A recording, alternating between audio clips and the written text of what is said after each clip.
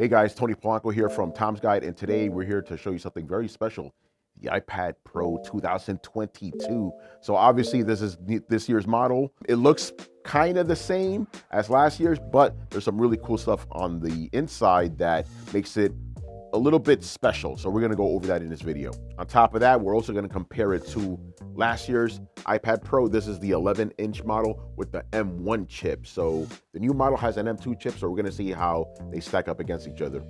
So this iPad, just like last year's model, features a 12.9-inch Liquid Retina XDR display. And as you can see here, this is running the Avatar 2 trailer, and it looks absolutely gorgeous. Anything you wanna watch, whether it's on YouTube, Netflix, whatever, it's gonna look absolutely gorgeous on this thing.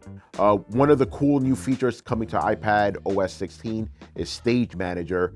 And what I like about this is like it helps you be more productive. For example, if you have Stage Manager on, it'll throw whatever app you're working on right in the center, hence the name Stage Manager, and it throws anything else off to the side. But obviously, if you wanna access something, just click on it, brings it right up, very snappy. Some apps will actually take up the entire screen, but others won't. And just like last year's iPad Pro, we have two cameras. The front one is 12 megapixels, while the back is also 12 megapixels. Also has an ultra wide option in case you want to take a wider shot. I personally don't condone taking selfies with tablets, but if you want to do that, you have the option.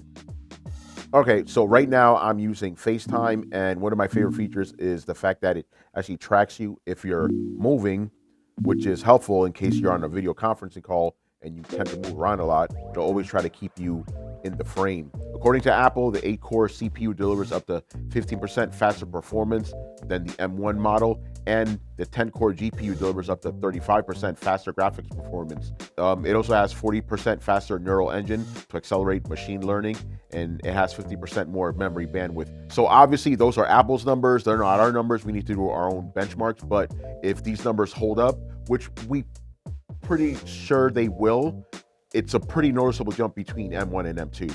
In Adobe Premiere Rush, we took a 4K video and applied transitions and a color filter, and it coded it at 1080p, 30 FPS. In 3D Mark Wildlife Extreme, which is the highest tier mobile GPU benchmark, we saw a boost of 5 FPS. So right now, those are our initial tests, but yeah, big surprise. The M2 is just slightly faster than the M1. M1 was already pretty powerful, so we're not too surprised by this, but overall, pretty good results. All right, so that was a quick first impressions of the iPad Pro 2022. Again, we're gonna have our full review up on the site very, very soon, so make sure you head over to Tom's Guide to check that out.